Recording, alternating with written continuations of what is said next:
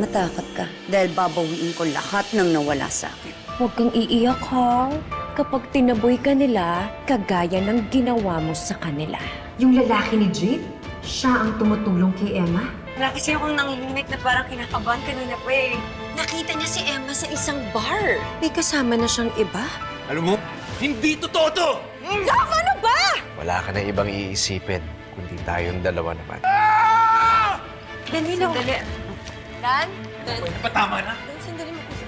Bakit ka sumama to sa lalaking yun? Wala ka nang babawin, wala ka nang babalikan sa amin. Alam mo, mabuti pa magpakasaya ka na lang dyan sa lalaki mo! No, Dan, sandali mo po, sandali. Hindi na! Patuloy lang magmamahal, patuloy na lalaban. Dahil pagkatapos ng gabi, ikaw pa rin ang aking ilaw. Ikaw ang buhay dahil sa'yo. Patuloy lang magmamahal, patuloy na lalaban. Dahil pagkatapos ng gabi,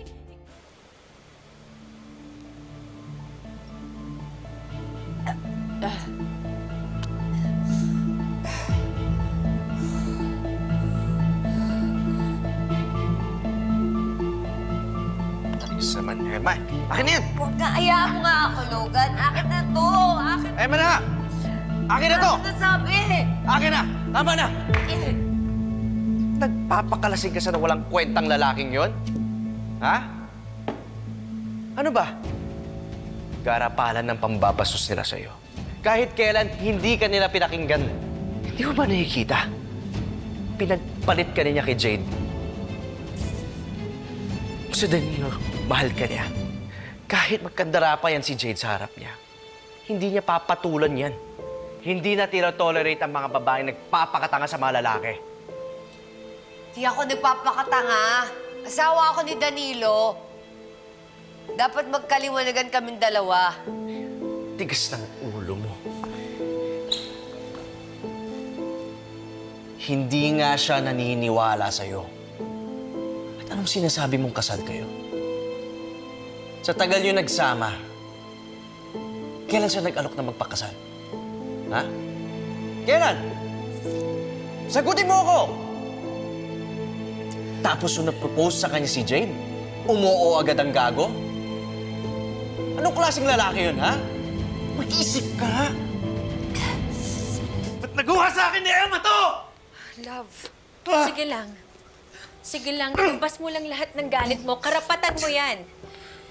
Dahil niloko ka ni Emma, and of all people, sa ex ko pa. Ano?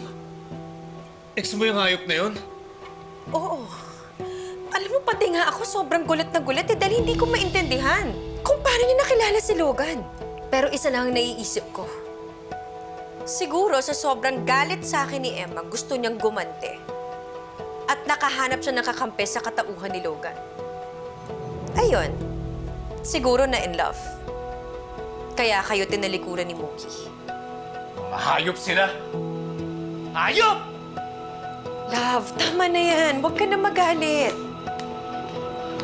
Alam mo, pupusta ako. Yan Danilo na yan, nagdadrama lang yan.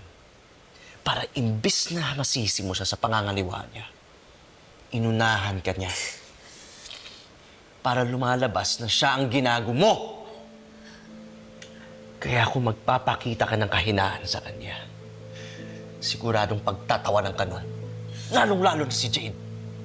Love, pabayaan mo na sila. Sigurado ako sa mga panahong ito, nagpapakasasa na sila sa isa't isa. Papayag ka ba? Gumante ka. Tama ka eh. Siguro pinagtatawanan ako ng dalawang yun ngayon. Ang tagal-tagal namin nagsama ni Danilo tapos ang bilis lang niya ako pinagpalit sa Jade na yun.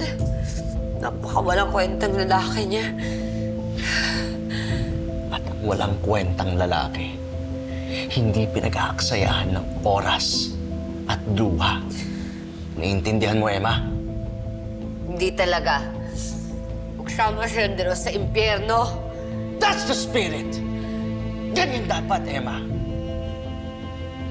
Katapos natin sila gantihan, tutulungan kita magsimula ulit.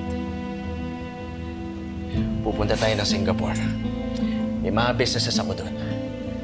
Gagawin kita manager sa isang negosyo ko doon. Doon kita ihuhulog. Hindi, sandali. Si Muki. Hindi ko kayang iwan si Muki. Kung si Danilo kaya ko siyang talikuran, si Muki, babalikan ko siya, papawiin ko yung anak ko.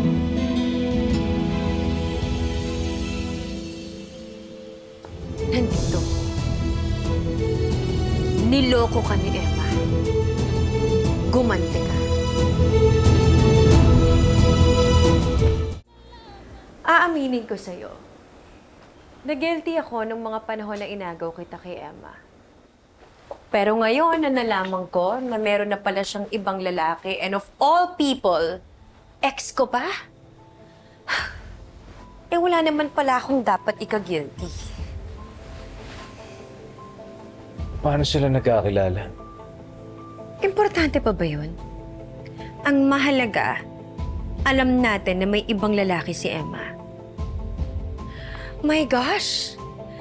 Hindi man lang ba inisip ni Emma kayo ni Muki bago siya lumandi? Wala siyang kwentang nanay. Wala talaga siyang kwentang nanay.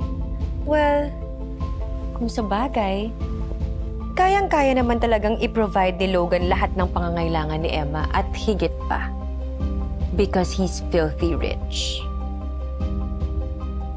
Lumabas rin ang tunay na kulay ni Emma.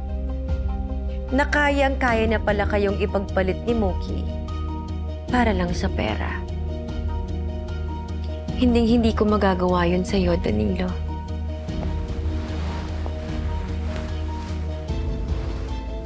Kalimutan mo na si Emma. Basta ako, nandito ako para sa inyo ni Muki.